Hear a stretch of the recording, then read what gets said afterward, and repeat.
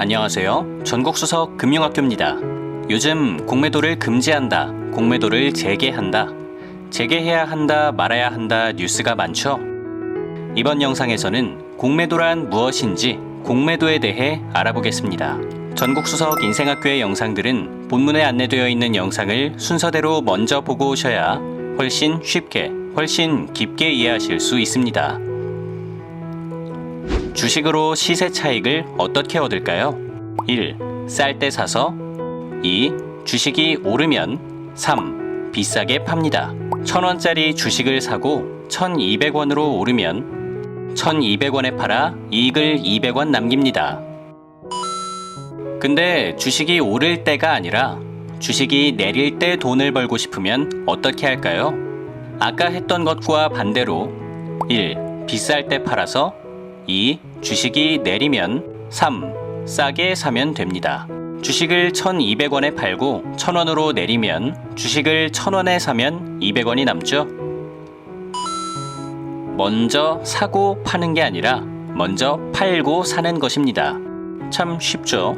다시 말해 나한테 없는 주식을 팔고 나서 나중에 싸게 사서 이익을 얻는 것이 공매도입니다. 나한테 없는 주식을 팔기 때문에 그냥 매도가 아니라 공매도라고 하는 것이죠. 그런데 문제가 있습니다. 나한테 없는 주식을 어떻게 팔까요? 없는 주식을 파는 방법은 두 가지가 있습니다.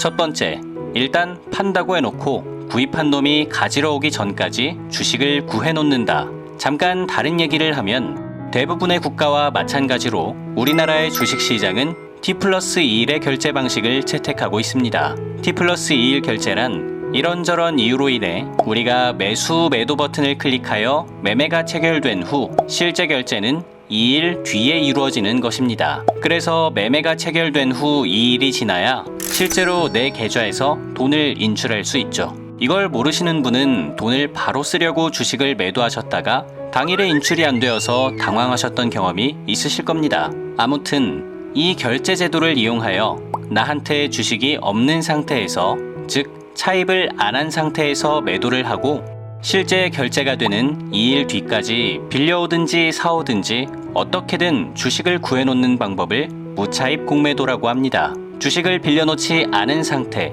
무차입 상태에서 매도를 한다는 뜻이죠.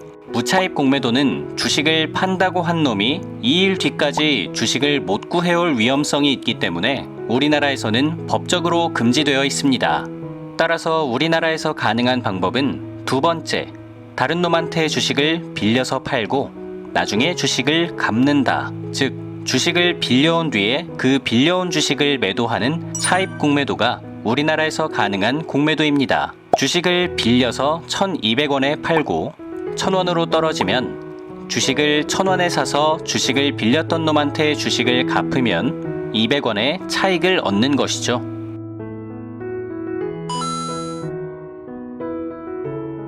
이제 차입 공매도의 흐름에 대해 좀 더 자세히 살펴보겠습니다.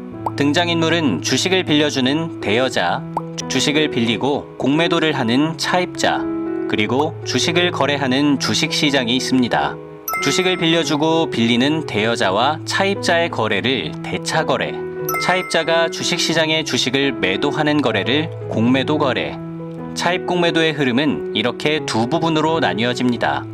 먼저 공매도를 위해 차입자가 주식을 빌리는데 차입자가 빌려놓은 물량을 대차잔고라고 합니다. 차입자가 삼성전자 100주를 차입한 경우 대차잔고는 100주가 되는 것이죠. 그 다음 빌려놓은 대차잔고 중 원하는 물량을 시장에 매도하는데 이렇게 공매도를 해놓은 물량을 공매도 잔고라고 합니다. 대차잔고 100주 중 70주를 주식시장에 매도하였다면 공매도 잔고는 70주가 되는 것이죠. 그런데 주식을 무한정 빌려놓을 수는 없기 때문에 기한이 되면 빌렸던 주식을 갚아야 합니다. 빌렸던 주식을 갚으려면 주식시장에서 주식을 사와야 하죠. 공매도한 주식을 갚기 위해 주식시장에서 주식을 매수하는 것을 숏 커버링이라고 합니다. 일반적으로 매수 포지션을 영어로 롱, 매도 포지션을 숏이라고 표현하는데 숏 해놓은 것을 다시 매수해서 커버한다는 의미로 숏 커버링이라고 하는 것입니다. 아무튼 공매도했던 주식 70주 중 40주를 매수했다면 이제 공매도 잔고는 30주가 남게 되는 것이죠. 그리고 마지막으로 차입자는 대여자에게 빌렸던 주식을 갚게 됩니다. 숏 커버링을 해놓은 40주 중에서 20주를 먼저 대여자에게 갚기로 했다면 대차잔고 100주 중 20주를 상환하므로 대차잔고는 80주가 남게 됩니다. 공매도가 이런 흐름으로 이루어지기 때문에 대차잔고가 늘어나면 공매도를 위해 주식을 빌려놓은 물량이 많구나, 시장 참여자들이 주가 하락을 예상하는구나 라고 추측해 볼 수 있죠. 혹은 공매도 잔고가 역대급으로 늘어난 경우 이제 숏 커버링을 위해 매수세가 늘어나면 주식이 상승할 수도 있겠구나 라는 식으로 자기 나름의 추론을 해볼 수가 있습니다. 참고로 대차잔고 및 공매도 잔고는 한국거래소, MTS, HTS 등에서 확인이 가능합니다. 그럼 공매도는 어떤 기능이 있을까요? 첫 번째는 가장 근본적인 기능이죠. 하락장에서 이익을 얻고 싶은 경우나 보유한 주식을 팔지 않은 상태에서 주식을 매도해야 할 때 사용합니다. 두 번째, 공매도는 시장의 버블을 줄이고 변동성을 완화하는 기능을 합니다. 공매도가 없는 상황에선 시장에 낙관론자만 남게 되고 자산 가격에 거품이 생길 수 있습니다. 거품이 꼈다 싶을 때 나오는 공매도 물량이 자산의 가격을 하락시키고 결과적으로 거품을 줄여 자산 가격이 안정적으로 움직일 수 있게 하는 역할을 합니다.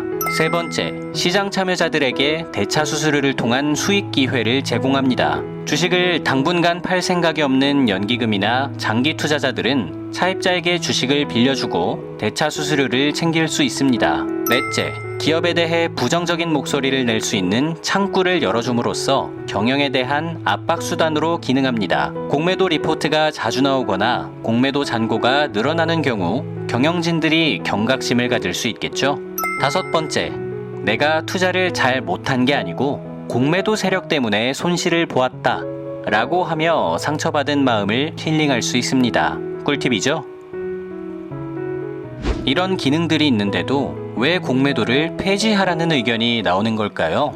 가장 큰 이유는 공매도 제도가 개인에게 불리하게 되어 있기 때문에 기관과 외국인만 이익을 본다는 것입니다.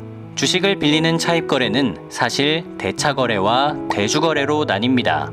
대차거래는 기관, 외국인이 주식을 빌리는 것으로 대여기간은 보통 6개월에서 1년, 수수료는 1에서 4% 정도입니다. 대주거래는 개인이 주식을 빌리는 것으로 대여기간은 보통 1개월에서 3개월, 수수료도 5% 이상입니다. 대차거래에 비해 상대적으로 기간은 짧고 수수료는 비싼 것이죠. 대주거래는 대차거래에 비해 가능한 주식의 종류와 물량도 아주 작습니다. 이러한 차이 등으로 인해 2019년 기준 대차거래는 67조 원, 대주거래는 230억 원 규모로 비교가 안 되는 것을 알 수 있습니다. 그런데 왜 이런 기울어진 운동장이 만들어진 것일까요? 잠깐 공매도 포지션의 특징에 대해 살펴보겠습니다. 주식 매수 포지션의 경우 최대 이익의 가능성은 무한대입니다. 주가가 오르면 오르는 만큼 그게 다 수익이 되죠. 반면 최대 손실은 투자한 원금이 다 날아가는 것, 즉 원금의 100%입니다. 주가는 마이너스로 갈 수 없기 때문에 원금을 잃고 끝나는 것이죠. 반면 공매도를 하는 경우 최대 이익은 내가 1,000원에 판 주식이 0원이 되는 경우입니다. 주가는 마이너스가 되지 않으니까 이익도 1,000원에서 끝나는 것이죠. 반면 주가가 끝없이 상승하는 경우 손실도 끝없이 늘어납니다. 어디서 본 그래프 같지 않나요? 네, 사실상 선물을 매도한 것과 비슷한 포지션이 만들어지는 것입니다. 공매도는 이러한 위험성을 가지고 있고 개인은 기관, 외국인에 비해 상대적으로 이러한 위험을 부담할 능력이 적은 게 사실이죠. 공매도 후 주가가 감당할 수 없을 만큼 상승하는 경우 개인은 빌린 주식을 상환할 거라는 신용이 상대적으로 부족한 것이죠. 이러한 개인의 신용 문제 때문에 대차거래에 비해 대주거래는 기간도 짧고 수수료도 비싸게 책정될 수밖에 없으며 주식을 빌려주려는 투자자들도 적어 대주 가능한 물량과 수량도 적습니다. 시장이 발달이 안 되니 차입 조건이 열악하고, 그러니까 이용자도 적고, 그러니까 시장이 또 발달 안 되고, 이런 악순환이 발생하는 안타까운 상황인 것이죠. 공매도 시장이 기울어진 운동장이므로 개인 투자자들은 공매도 전면 폐지를 요구하기도 하죠. 기울어진 운동장뿐만 아니라 불법으로 무차입 공매도를 하거나 공매도를 쳐놓고 악의적 루머를 유포하는 등의 사례들도 공매도 폐지 여론에 힘을 실어주고 있습니다. 개인 투자자들은 충분히 그런 의견을 낼 수 있는 상황이죠. 향후 공매도 방향이 어떻게 될지 잠깐 생각해보면 결론적으로는 공매도가 폐지될 가능성은 높지 않아 보입니다. OECD 국가 중 공매도가 폐지된 국가는 사실상 없으며, 코로나 때문에 한시적으로 공매도를 금지했었던 국가들도 현재는 전부 금지를 해제하여 우리나라가 세계 최장기 공매도 금지 국가가 되기도 했었죠. 부작용 때문에 공매도 자체를 폐지하는 것은 쉽지 않고, 공매도의 부작용을 없애는 방향으로 제도를 개선하고, 아마 해외 사례를 참고하여 당장은 아니더라도 차차 개인의 공매도 접근성을 높이는 쪽으로 제도를 개선하여 기울어진 운동장을 다시 평평하게 수리하는 쪽으로 정책의 방향을 설정하지 않을까요? 개인의 신용 문제로 인해 쉽지 않을 것이라는 의견도 있지만, 해외 선진국의 사례처럼 적절한 제도를 갖추어 놓으면 개인에게 선물 옵션도 허용되는 마당에 공매도만 못할 이유는 없겠죠? 이번 영상에서는 공매도에 대한 내용을 알아보았습니다. 이 정도 알아두시면 이제 기사에 나오는 공매도 관련 내용은 대부분 쉽게 이해하실 수 있을 것 같습니다. 지금까지 전국수석 금융학교였습니다. 감사합니다.